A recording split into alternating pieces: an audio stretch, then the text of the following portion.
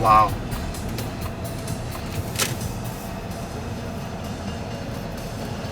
Is there a good spot to park in for this shot?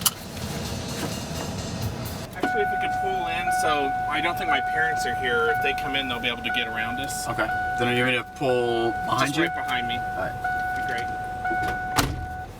great. This particular farm, my grandfather started up at the main house, and they moved into our house when I was born because they needed more room with 5 kids.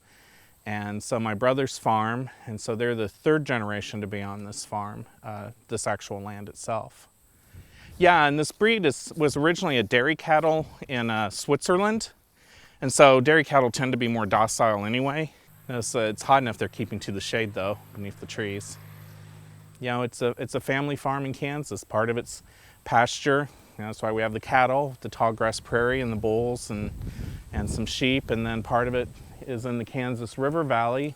And so this is an alfalfa field. You saw the cornfields driving in that have been combined and need to be combined, and soybeans and other cash crops.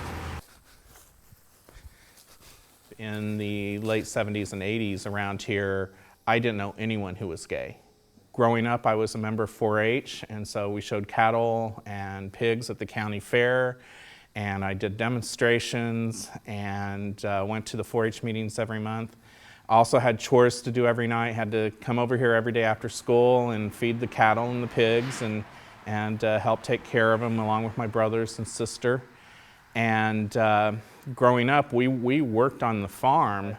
You know, this was the only life I'd known. I just wanted to try something different and see what it was like. And at that point in my life, I thought that if I didn't try living somewhere else now, I never would. And so for me, it wasn't an escape, it was an adventure. I moved to Washington just because I had a friend who lived there and she needed a roommate. I didn't have a job or anything. People would ask me what brought me to Washington, D.C., and I said a blue Nissan Sentra, because that was literally it.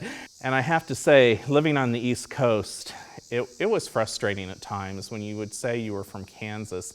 Oh, aren't you glad you're not there anymore? Or they'd say, isn't it so much better here? And I'm not claiming Kansas is perfect. My standard response was always, it's not better or worse, it's just really different. There are things about each place that I liked.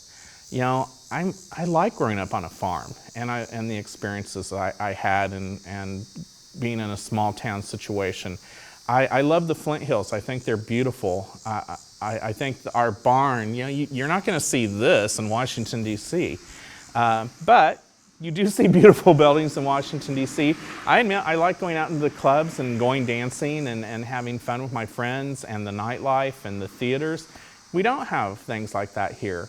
But at the same time, I got really worn down in the city. I mean, it was tiring just always having to be go, go, go, go, go, which is very much what D.C. is like in attitude. So, you know, each one has its advantages and disadvantages. And when I was in D.C., I missed Kansas, and now that I'm back in Kansas, I miss D.C. I mean, that's part of life.